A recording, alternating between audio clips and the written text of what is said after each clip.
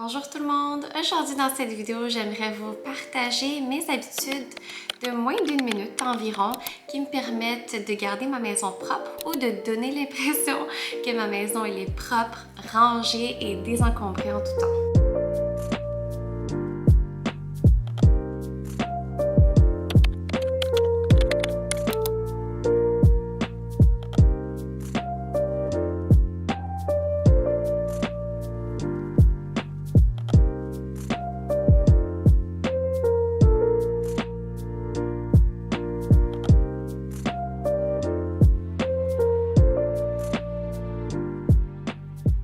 Avec un horaire chargé, avec 2 enfants, bientôt 3, ça peut être un peu difficile de garder la maison propre, rangée ou désencombrée en tout temps, mais ces petites habitudes, ces petites actions ou ces réflexes que je porte tout au long de ma journée me permettent de garder un peu le contrôle sur l'encombrement visuel dans la maison. Alors quand on a de la visite imprévue, c'est super facile et rapide de faire le tour de la maison et de la ranger rapidement et de donner l'illusion ou l'impression que la maison, elle est propre, rangée et désencombrée. Avant de nous diriger dans la maison, il ne faut pas oublier la voiture. C'est super important pour moi de prendre l'habitude à chaque fois que je sors de la voiture de vider les déchets en même temps que j'y aurais amené ou qui se seraient accumulés dans la voiture. Surtout avec les enfants, avec les collations pour les garder tranquilles ou avec leurs jouets, les emballages, leur bricolage. Donc c'est super simple. On fait un tour de la voiture et on fait un tri dès la sortie de la voiture. Du parking, on a accès aussi à notre boîte de recyclage, notre poubelle, notre compostage. Alors c'est super facile. En sortant de la voiture, je passe par nos bacs. Alors je peux facilement déjà trier et me débarrasser de ce qui doit être débarrassé. Aussi avant même d'entrer dans la maison, quand on fait notre marche pour aller chercher notre courrier, nos lettres, nos colis. Donc quand on va à la boîte à mal, on fait le tri de ces papiers, de ces publicités, de ces lettres et ainsi de suite. Donc on ne veut pas accumuler des piles et des piles de lettres et de publicités dans la maison qui sont inutiles. On préfère les recycler avant même d'entrer à la maison. Donc on recycle immédiatement ce qui doit être recyclé et en entrant, on classe immédiatement ce qui doit être classé. On a une place attitrée pour les coupons ou les documents importants et on prend besoin des photos de notre facture pour avoir une copie pour pouvoir recycler la copie papier et pour pas qu'elle traîne quelque part dans la maison ou qu'on l'égare. Mon prochain point, c'est de ne pas ramener de freebies à la maison. Donc, ce que vous recevez gratuitement à l'extérieur que vous n'auriez pas acheté autrement, eh bien, c'est mieux de ne pas le ramener à la maison. Souvent dans le coin, quand il y a des événements communautaires, on reçoit des tasses ou on reçoit des chandails, on reçoit des crayons qu'on va probablement pas utiliser. Alors c'est mieux à la base de juste refuser de prendre ces choses et ça nous évite la tâche de devoir les désencombrer plus tard. Aussi une habitude à prendre qu'on appelle le one in, one out pourrait vous permettre d'éviter que votre maison s'encombre. Donc si jamais vous devez remplacer un item à la maison, donc votre couteau à fromage est brisé, eh bien quand vous allez ramener le nouvel article, le nouveau couteau à fromage, débarrassez-vous immédiatement du couteau à fromage qui était brisé. Donc, accumulez pas les choses. Ça peut être aussi une bonne règle si jamais vous achetez des nouveaux vêtements ou des nouveaux articles de décor ou de cuisine. Donc, à chaque fois que vous amenez quelque chose dans la maison, pensez à sortir quelque chose de la maison pour pouvoir permettre un certain équilibre dans le nombre d'items que vous avez. Quand vous entrez à la maison, ayez le réflexe de ranger, placer vos souliers, vos chaussures, votre manteau, vos accessoires, donc le foulard, les gants, les mitaines, de les classer dès que vous entrez à la maison. Et souvent, les gens ont la mauvaise tendance à mettre le manteau empilé sur le sofa ou sur un siège, les bottes toutes croches. Et selon moi, l'encombrement attire l'encombrement. Donc si ça a l'air désorganisé, si ça a l'air chaotique, ça va probablement continuer à entraîner un désordre. Vous pourriez limiter peut-être le nombre d'articles à 2 par article. Donc par exemple, d'avoir dans votre garde-robe seulement 2 paires de souliers, 2 paires d'accessoires d'hiver, de manteaux ou vestes et ainsi de suite pour que ce soit beaucoup plus propre, ordonné, facile d'accès et facile de rangement. Le fait de créer une maison pour chacun de vos articles aussi va permettre de garder votre maison en ordre et bien rangée. Donc nous, quand on arrive à l'entrée, pour éviter de perdre ces accessoires qui sont typiquement oubliés et garés dans la maison, surtout si vous êtes ma maman, donc c'est de créer des drop zones ou des maisons pour ces items. Alors nous, à l'entrée, on a un porte-clés, on a un porte-lunettes, on a notre porte-sacoche. On évite de mettre les clés quelque part d'autre dans la maison et de les garer, d'avoir à les chercher. Même chose pour la paperasse, donc créer une zone pour tout ce qui est des papiers, des coupons, des factures, des documents importants. Vous pourriez avoir aussi une boîte avec les ciseaux, les crayons, les rubans adhésifs pour pas les éparpiller dans la maison. Et aussi profiter des bacs de rangement ou des paniers pour créer ces petits systèmes, ces petites maisons, mais aussi pour camoufler et ranger ce qui pourrait avoir besoin d'être rangé rapidement. Donc, des paniers pour les jouets ou des paniers pour les coussins ou les couvertures, des paniers pour les mitaines, les gants, les chapeaux, ainsi de suite. Avec les enfants, ça peut être difficile de garder un espace propre et rangé en tout temps.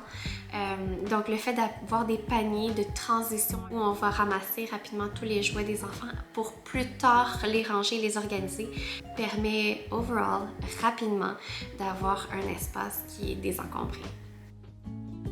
Quelque chose d'autre qui pourrait être pratique, c'est d'avoir des Get Ready Drawers ou des paniers de collection ou de système pour être plus efficace. Par exemple, le matin, quand vous faites votre routine pour vous préparer à aller au travail ou aller à l'église ou à sortir, peu importe, quand vous vous préparez le matin, c'est d'avoir des contenant ou un panier ou un système avec vos crèmes, avec votre maquillage, avec votre brosse à dents par exemple. Le fait de tout regrouper ensemble va pouvoir faciliter l'accès et aussi l'organisation de ces choses et en même temps pourra peut-être réduire un petit peu votre temps de préparation, surtout quand les matins c'est chaotique. Si vous avez tendance à manquer de temps le matin et à laisser vos choses sortir ou traîner, le fait d'avoir ce petit système pourrait vous permettre de contenir vos choses pour que ce soit facile d'accès et facile de rangement également. Quand vous faites des séances de désencombrement, je recommande fortement d'avoir des sacs ou des boîtes pour permettre un tri facile. Identifiez ces sacs ou ces boîtes à donner, les articles pour lesquels vous êtes un peu incertain de vouloir les garder ou les donner, ou vous n'êtes pas prêt à les donner, vous voulez voir si vous allez les utiliser, mettez-les en quarantaine et voyez si vous êtes porté à les utiliser plus tard. Autrement, vous pourrez éventuellement les désencombrer si vous n'en avez pas eu besoin ou si vous n'y avez pas pensé. Mais bref, l'idée est surtout d'identifier ces boîtes ou ces sacs pour faciliter le tri. Aussi, durant la période de désencombrement, essayez le plus possible, si vous avez l'intention de vendre certains articles, de les mettre en vente immédiatement quand vous les désencombrez. Prenez le temps de prendre les photos, d'inscrire les informations nécessaires avant de les mettre de côté. Parce que si vous vous dites « Ah, je vais les mettre de côté et un autre jour, je vais prendre le temps pour les photographier et les mettre sur le site de vente », le plus souvent, si vous n'êtes pas assez discipliné comme moi, vous allez finir par les laisser traîner dans un sac et ça va vous déranger parce que vous allez perdre tout ce temps-là où vous auriez pu les vendre et peut-être vous allez vous tanner puis vous allez vous dire bon, je vais être réaliste, ça me tente pas de les photographier, ça me tente pas de les mettre sur Facebook Marketplace, ça me tente pas de gérer les communications, je vais juste les donner. Mon prochain truc, c'est de céduler le jour du drop-off de vos dons. Donc, de prévoir dans votre calendrier une journée où vous allez faire un dépôt de toutes ces donations, de ces choses à jeter, par exemple, qui sont un peu plus grandes. Donc, c'est de le planifier. Évidemment, il y a plusieurs centres de dons, mais ils ne sont pas vraiment à proximité de chez nous. Alors, on n'est pas porté à y aller facilement. Puis, les sacs ont tendance à traîner un peu dans notre coffre auto ou dans notre atelier. Alors, le fait de planifier, de céduler une date pour les déposer, pour déposer tous ces sacs ou ces boîtes, pour se débarrasser des plus gros articles qui ont besoin d'être dans le éco-centre, par exemple. Ça nous assure de ne pas garder ces choses inutilement dans notre maison et de remplir nos espaces inutilement. Tantôt, quand je mentionnais d'avoir des maisons ou des paniers ou des systèmes pour vos choses, ça serait d'en créer un aussi pour le retour d'électronique. Alors, les batteries qui sont mortes ou les batteries rechargeables qui ne fonctionnent plus, les câbles en extra, les vieux téléphones, et ainsi de suite, ça serait bien de les regrouper pour, encore une fois, le drop-off de ces choses que vous aurez précédues. Alors, le jour de la poubelle, c'est une fois aux 2 semaines. On prend notre sac de poubelle et on fait le tour de toutes les salles, de toutes les chambres et on s'assure de jeter le plus possible ce qui doit être jeté. Donc, le jour de la poubelle, ou en faisant notre inventaire avant l'épicerie, c'est de faire un tour de ce qu'on possède comme aliments, comme nourriture et de jeter ce qui est expiré. On ne veut pas laisser des sacs de chips quasiment vides ou des emballages traînés ou encore des aliments expirés traînés dans notre garde-manger ou notre frigidaire.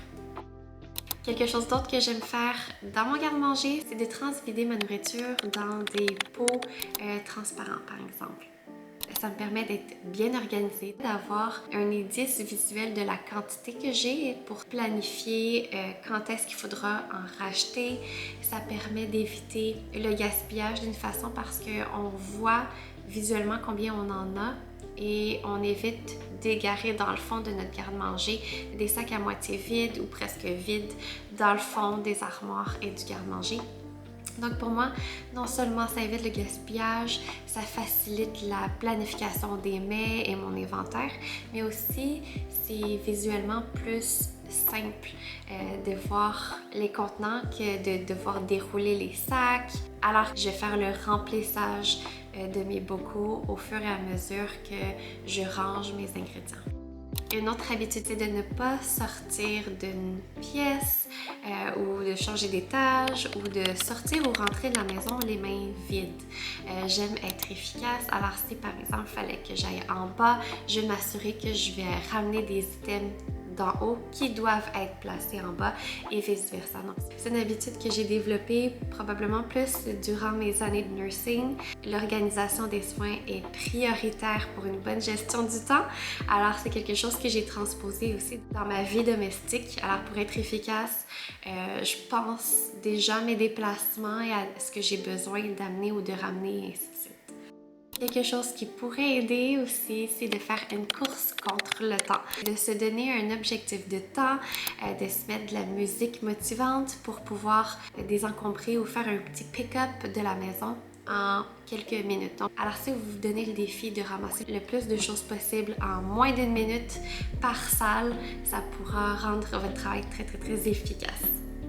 J'aime préparer mes vêtements la veille, comme ça le matin, j'ai pas de temps à perdre à chercher un vêtement ou à chercher à me styler, à m'habiller. Encore trop fatiguée pour prendre des décisions, qu'on est un peu pressé, les matins peuvent être un peu chaotiques. On pourrait finir par se changer, se rechanger. Et les vêtements, au lieu de les raccrocher, on les laisse à terre, on les laisse sur le lit, on se dit qu'on va les ranger plus tard parce qu'on n'a pas le temps pour gérer tout ça. Ça va attirer le désordre et je vais continuer à empiler plutôt que de plier ou ranger de façon structurée mes vêtements. Désordre attire désordre, alors le fait de développer ces réflexes qui sont simples et rapides permettent un certain ordre ou cet ordre de durer plus longtemps. Quelque chose de simple, rapide, qui pourtant est souvent négligé, c'est de ranger la vaisselle sale au fur et à mesure. Nous, on est bénis d'avoir un lave-vaisselle, c'est tellement facile après avoir mangé.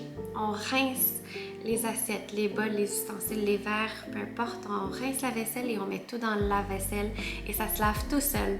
Alors, super simple, mais souvent oublié ou négligé. Des fois, on est fatigué, on se dit je vais le laisser tremper dans le lavabo, puis après, je vais tout ranger. Mais encore une fois, le désordre attire le désordre. Et là, le lavabo se remplit de vaisselle dégueulasse. Personne ne veut nettoyer le lavabo, personne ne veut vider la vaisselle parce que c'est yucky et ça s'empile et voilà, ça entraîne du désordre.